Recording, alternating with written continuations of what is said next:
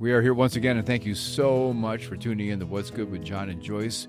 We appreciate you so much. Subscribe anywhere that you get your podcast from, but we encourage you to go to YouTube if you can, or iHeartRadio Podcast Network, go to Amazon, whatever you feel is best for you. But please tell a friend about us, because good news does live here on our podcast. What's Good with John and Joyce is sponsored by Woodwinds Wedding and Special Events Venue in Brantford, Connecticut, and Silvio's award-winning Italian sauces, which you can buy anytime online at silviosauces.com. That's silviosauces.com. We'd like to thank our sponsor, New England Collision. From the time they pick up the phone and receive your initial call until the time they deliver your repaired vehicle back to you, your satisfaction and safety is their number one priority. New England Collision. And they were established back in 1996. So relax. It was just an accident. Go to necollision.com. Joyce, some people might be thinking today we're doing a podcast on grief. What is good about grief? We're going to find out. We are. There could be a lot of good things about grief. But we're going to also hear from Pastor. Absolutely. Dear friend of mine that we go way, way back. As a matter of fact, we've done many weddings together in the past as well, where I've been the DJ and he was a photographer, and it's just been a great, great relationship with this amazing man. New Fellowship Church of the Redeemer Incorporated. He's a pastor, and his name is Frederick Marotti. And Fred, it's just so good to see you here, and we appreciate you being here. John, Joyce, it's a pleasure to be on this show. You do such great work, and I'm glad that it's appreciated by so many people, and that so many people do tune in, and that's very important in life, that they learn the good. Yes. Good. What's good? That's good. Right. Yeah, we have to bring the good news. We must in so many ways. And Reverend Marotti, I've known you a long time, and I've always felt so happy in your presence. Thank you. You've always been connected to people. You can walk in a room, and you always showed such compassion and love and interest in people. So I'm so glad that you've gone down this path now, and you're opening your own church. So God has a path. God has a path for all of us. And we, in fact, I use the analogy of a movie, which I don't know if I can mention the name of the movie because it may be copyrighted, but... we're not showing it, so it's okay. All right, so it's a Pocahontas. Oh, sure. Yeah. And she's going down the river, and then there's Mother Tree in the middle, and there's two rivers. And she doesn't know which river to take, so she can go left or she can go right, but she ends up in the same river. So what's the analogy here? What is the left river? It's free will. What's the right river? It's also free will. But what's the river that she ends up in? That's God's plan for you in the end. What is your plan in life? Everyone has a plan in life. Everyone has a book. There are pictures on the cover. When they're born, there are pages in that book. And that is your life. So every day, if it's a great day, say, Lord, thank you for this great day.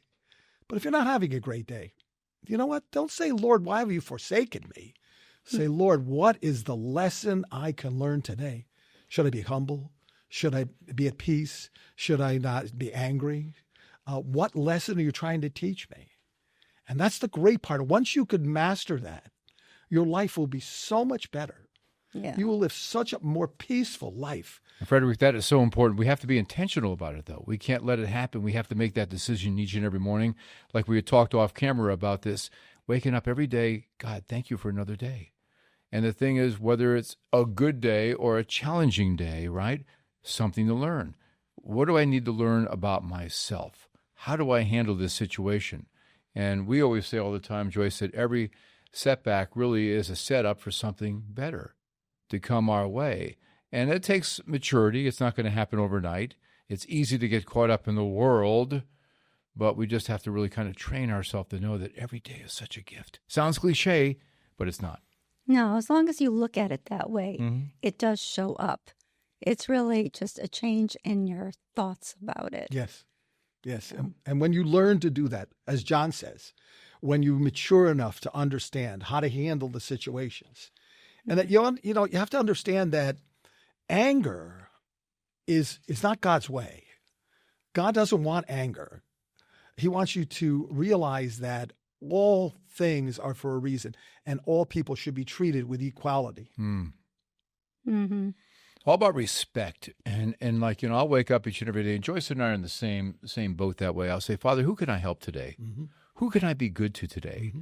And he always puts those people in my path Mm-hmm. more and more. And it's good. It's not always easy because we get caught up in our own stuff. And sometimes you don't want to talk to people or do this and that. But when we get out of ourselves, somebody told me a long time ago, if you're having a really bad day, go out there and do something good for someone. Yes. And all of a sudden your day is lifted because we're each other's keepers. We need each other. We're a herd, like we had talked about before, Frederick. We need each other, the spirit of community. And God wants us to love each other and not judge. That's really what you're bringing into your ministry. So, yes, my church this kind of bridges the gap between conventional and more modern, in that we believe in fellowship and ladyship, the bonding of the community, the community of our parishioners. And that if one of our parishioners needs help, the community will be there to help them. I love it. And I want to produce our sermon to be real life. I want to talk about how something affects your life. For instance, how does stress affect your life? What does the Bible say about coping with stress? Or how does depression or even loneliness? Important topics, important. And if we do that at the sermons at our when we have church, I think people will walk away with more out of that than just reading a particular passage. You're giving them actual tools to leave with. Absolutely. Yeah. And Frederick, I like the fact, somebody told me a long time ago that facts tell, stories sell. And when you sell that story, I shouldn't say sell, but when you share it, that's how we learn. Yes. Think about your favorite teachers in school. It wasn't the ones that said, read the book, do this and that. They made the stories come to life. Yes, you're so right. And that's what you're doing. That's what Jesus did when he told stories. Yes. Right? Yes.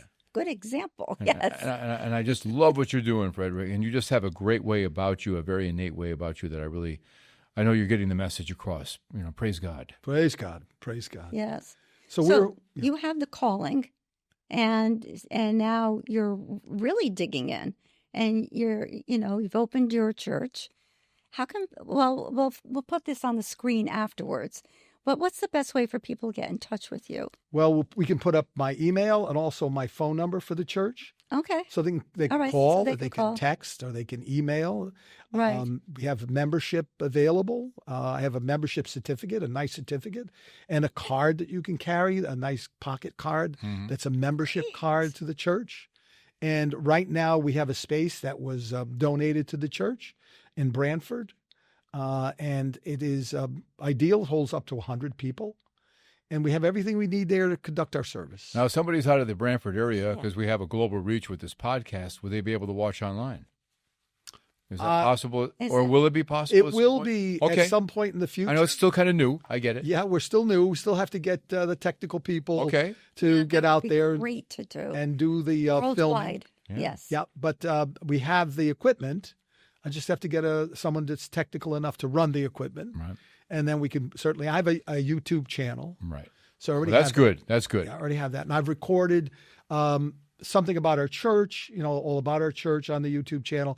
I've recorded how we are all equal under God's heaven. And I recorded that. It's on my YouTube channel. I also recorded, if you're getting married, please make sure you get a professional wedding officiant.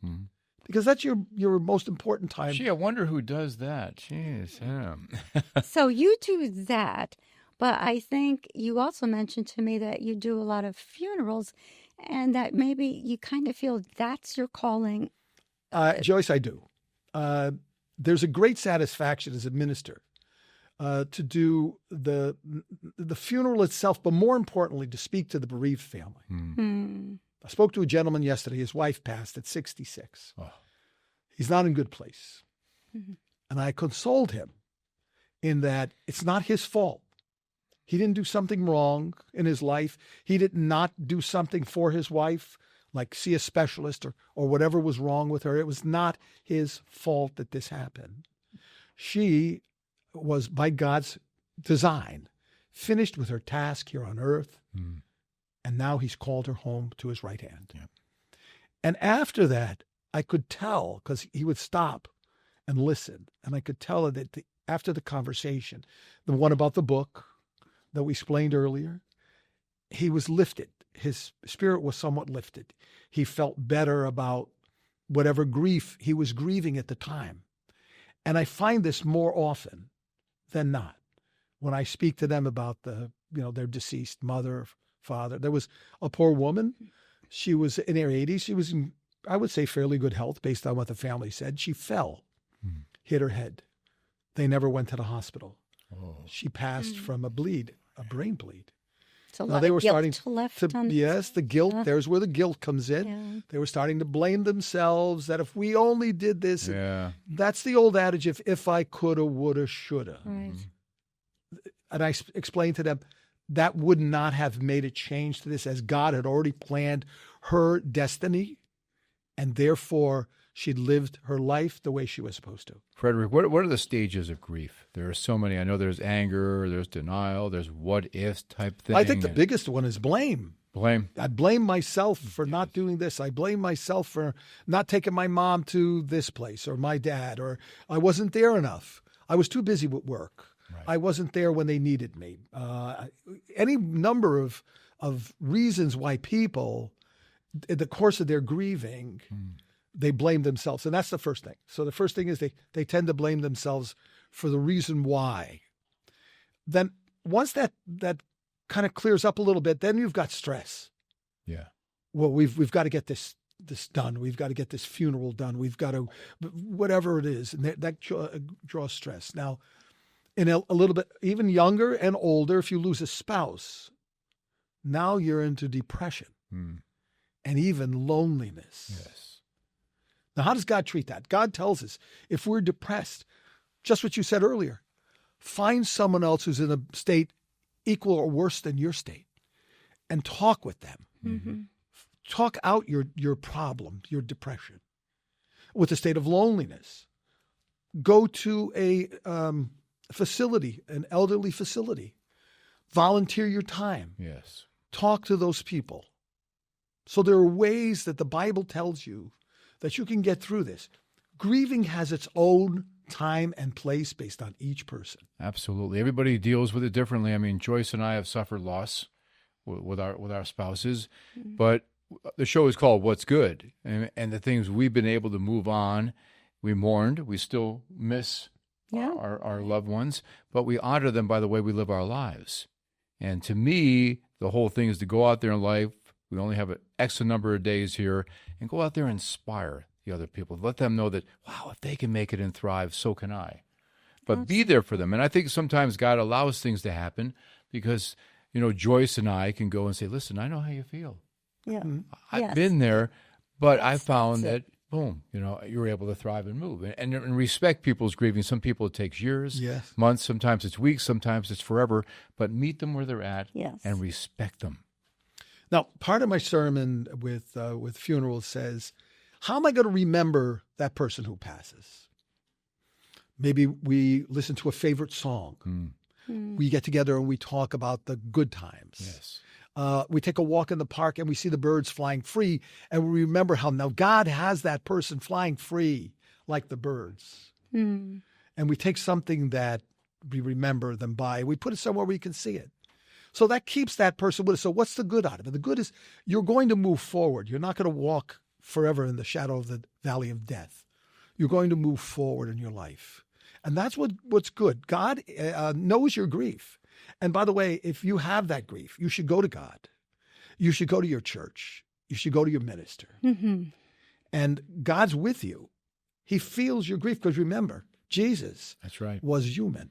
Jesus wore a human skin at the time. And like we were talking about off air before when Lazarus passed away, he grieved, he cried. Cried like a baby. He cried like a baby. Wept like a baby over his death. Yeah. And so he knows our grief, but he doesn't want us to live in that grief. Right. He wants us to learn from it and to move forward our lives to go to what he has designed for us as our final future. Everyone has a path. And you may go through 4 or 5 different points in your life. You may be this or that or something else, and eventually you'll end up where you're supposed to be. Like with the Pocahontas, no matter what road you take, you're going to be where God wants you to The be. right road. The right road. You can't make a mistake. And you know what else? Those things in the past, where as we go to college, we say we need a prerequisite. Right. Those were perhaps God's prerequisite to something we were supposed to do that's bigger. Yes. And those are the learning stages, the building blocks of life. I really believe that God's a progressive God and doesn't want us to be in the same spot year after year. He wants us to be in a better spot next year. So I'm always praying, God, please bless me in such a way where I could be a bigger blessing in people's lives in the days, weeks, months, and years ahead. How can I become better so I can be a better person, a better disciple, a brighter light in the world? I believe the moment you say a prayer, just say, I need guidance on this. The guidance is sent if you pay attention. And I think that's where people could get themselves in a little bit of trouble, that they keep saying, where is it? Where is it? I'm not getting it. But if you pay attention, someone like Frederick shows up or John shows up and says something which is really coming from a divine presence, but you're not paying attention that it is because you're expecting, I don't know what you're expecting, but something. So right, Joyce. I think they're expecting it on the board. Well, yes. The blackboard will start writing by itself and say, go do this. Yes. Yes. That's not how it works. That still small voice, and you have to get yourself quiet.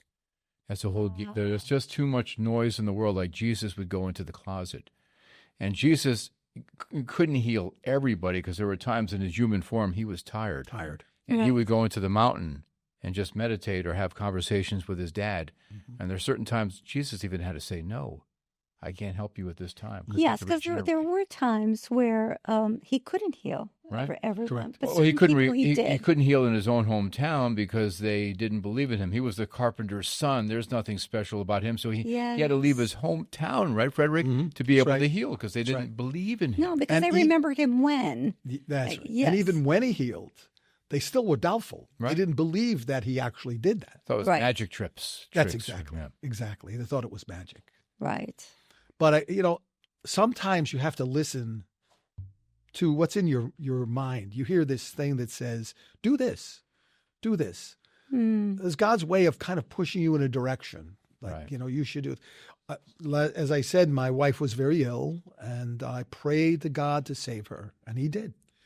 And more voice came in my head that says, you should do what you can to help people, more so than what you ever did. So what would happen if you prayed to God for your wife to be healed and she wasn't healed? Then as I said right along, as I said earlier, God's plan is set. You have to learn to accept. You have to learn to accept what God's plan in life is. That's it. That I would say, God, she has completed her mission here on earth. She has given us what we have. Now, God, you want to take her home to your right hand to be at peace and to be at pain with no pain, to be at peace. Right. We have to learn to accept that. Yes. The thing Acceptance is key. No matter what happens, like with Wayne, your late great husband, my first wife, Darcy, who passed away, they were both healed, but not the way we wanted to, and with our own ego here on earth. But they were healed. They're up with our Maker, where we're going to be someday, and they're probably ecstatic. As Father Edna Donnelly said on a previous show, they graduated. Yeah, they were promoted. Yes. They were promoted, yes. Right. Yeah, and when you really think about it that way, I mean, I have a deep faith that this is not it. And we've talked to some people where they think this is it and there's nothing after. Again, I respect where they're coming from, but in my belief system, I believe our best days are ahead of us. Yes, absolutely. Yes, I have 3 boys that really depend on me, and I've said to them many times, when it comes my time to leave, don't grieve me. Be happy for me, because I'm going to be done with everything. I'm going to move on to higher ground. Right. So I get them prepared even now, just talking about it, so they're not hit with something sudden. Like, this is the paperwork where it should be. This is my belief. This is how I want to be buried. This is, I've laid out the whole thing just to make it easier for them. And I think that's important to do, as you know, dealing with people going through grief. Like, don't be sad. You can be sad, but don't mourn forever. Don't feel guilty. We all had a great life together. That's right. And to say it now, a lot of people are afraid to talk about death when it's so inevitable. You know, children die. People 102 die. So you don't know when. But if you can accept it now, your life on earth is just so much easier now. Fred, I have a gentleman that I see at the gym all the time, and he's really soured on God. And he's been living out of a truck for a while, lost his big job. And I saw him at the gym the other day in the locker room, and I just said, "I'm praying for you." And he says, "John, I'm done with God. I don't believe in God. I don't. If God was real, why would there be, people with muscular dystrophy? Why would there be people dying? Why would 9/11 happen? Why would this, and this happen?" All legitimate points. And I say, "Hey, listen, I don't know the answer to that." His name is Ben. I don't know the answer to that, but I don't believe God causes all that. I think it goes back to the fall. To free will. With Adam and Eve, and the flesh and all that. But nevertheless, he has his one way of thinking. But I said, Ben, nevertheless, I love you. I love you like a brother. I'm still going to pray for you. But even if you don't believe, God believes in you. And let's just agree to disagree, because he's been sending me a little text here about religion and how this and this and this. And I said, Ben, let's just agree to disagree. You're not going to change my mind about God. My faith is deep, but I continue to pray for you. And you're my friend. And I will honor you no matter what. So that's the whole point. It's a beautiful way to respond. We could agree to disagree. I'm gonna act with love, because he's entitled to the way he feels. Exactly. Right? Well, I just pray for God to soften his heart. Yes, because you want him to feel better. Exactly, because he's angry. Yes. And I understand. And he hasn't found a couple of things. He hasn't found his purpose. Right. Right? And he hasn't found the lesson. He's still not getting the lesson. Yeah. He's living in his truck. He hasn't gotten the lesson. He should seek. Right. Maybe he will find. Right. Yep. He should knock. Maybe that door will be open. That's right. And he may not be doing that. Yeah. So he's got to be looking further. Joyce, getting back to what you said, the opening to all of my funeral services says, we're here to celebrate the life of. Yes. I love that. We're celebrating the life of. Yes. We're not celebrating the death of. We're not here to mourn the death of. We're here to celebrate this life. Right. And what do we remember about this particular person's life that we can smile about, that we can laugh about? That funeral service should not be about death. It should be about reliving the life of that person who brought us much joy and much light to our own lives. If you're going to kick off my service, just play Celebration by Kool and the Gang and get ready to go, baby. And let's get out there and dance and have fun. That would be. Because I say it all the time, if I pass away, celebrate my life. Don't mourn, because I've had a really good life and I know where I'm going. Yeah, and you'll be there dancing. They just can't see you. I'm going to be there. Yes, exactly. I know John will be there. That's right. Absolutely. But that's what we should be doing. Okay? And I try to convince people we have to look at the good. We have to look at what was good. What's good? A father called me once about his son who died fairly early. Yeah. And it was sudden. And the grief had been ongoing. And I shared with him, I said, what if you started to say, wasn't I blessed to have such a great son? Wasn't I blessed to be in this young boy's life for this long and be his father? Why don't we flip the script on this? And that helped him tremendously. So, and I know that's what you do with people by celebrating their lives. Exactly. Yeah. And you should see, we're offering something a little different. I ask the family, is there a certain song that mom or dad or whoever loved in their life? And this one woman, she goes back to the 60s. She loved rock, and she loved John Denver. And they were playing, and they want us to play Rocky Mountain. Oh, sure. Great song, Rocky Mountain High. So we have a little player. We played it, and the people that were there, and it was full of people. There was probably 30, 40 people there. They were singing the song. Love that. Yep. and enjoying the fact that she was getting her favorite song. She was there. They were there. And it brought that joy to the celebration of life. Yes. Mm-hmm. Yes. And we started doing that and find more and more people now. We can have a song?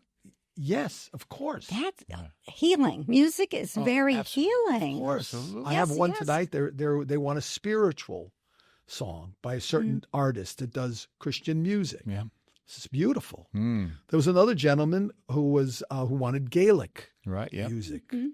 and it was in Gaelic, Wow. whatever that language. I that's may be wrong, awesome. but I think it's Gaelic.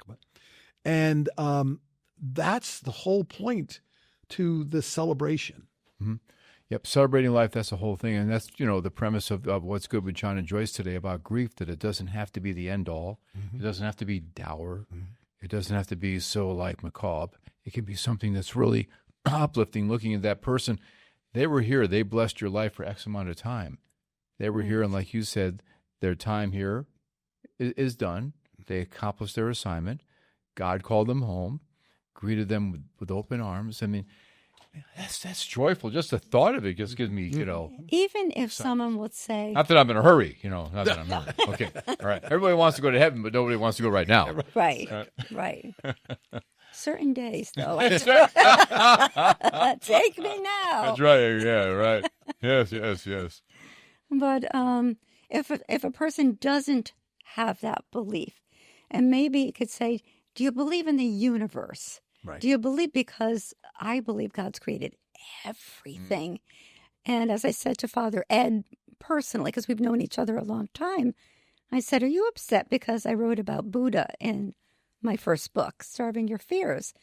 And he said, why would I be upset? God created Buddha. Right? Yeah, God created it all. So that's the way, we can look at that. But if someone can't embrace God or religion yet, like your friend, you can say, well, you can believe in the power of nature. You can believe that there's something maybe bigger than us. Whatever you call that, hang on to that and let that grow. And start to be thankful, because the more thankful you for trees, that the sunshine, Yes. that doctors that care for whatever it is, it starts to expand within you. And then you'll be surprised at what shows up. Exactly. Gratitude is riches. Exactly. I learned that a long time ago. That gratitude. What are you grateful for today? Yep. And I work with a lot of folks, and I know you too, Joyce. I counsel with a lot of folks, pray with a lot of folks, just like you do, Frederick. Yeah. And I'll just say, sit down at your kitchen table, your desk, with a piece of paper, old school, and a pencil, and write down what you're grateful for. And just say pros and cons in your life. And I guarantee you're going to have a lot more pros. You may have to dig a little bit deeper some days, but we have so much to be grateful for. But I'll tell you, a last word there, Pastor, Reverend, last word before we have to wind up here. Well, I think the last words, a more important thing in our life is kindness. Caring Please about, be kind. Please be kind. Please be kind. Yes. Care about one another. Again, we're all God's creations, all created under one God, whatever your belief is. And by the way, our church is non-denominational, so I don't care what religion you are. You're welcome in our church. But kindness is a key word for today. Right. I love that. Thank you so much. Just be good to people. Hey, Frederick, so great to see you. And many so great blessings to be here. And So continued great. success with your church as well. Yeah. Thank you Yes. so much. And we'll give everyone your information. And I appreciate that. And again, I thank you on behalf of myself and the church. I thank you for having me here today. And lots of prayers for your bride, It's too. an honor. Thank you, your wife. Thank you so much. Thank you so much for tuning in to What's Good with John and Joyce. And we were dealing with grief here, and there are some positive sides of everything. It's all about how you look at it. But if you're going through a really tough time right now, we want to let you know that we're praying for you and your family. And thank you so much for having What's Good with John and Joyce as part of your routine. We appreciate you. Subscribe wherever you get your podcasts from, and God bless you and your family and friends. Bye for now. Bye.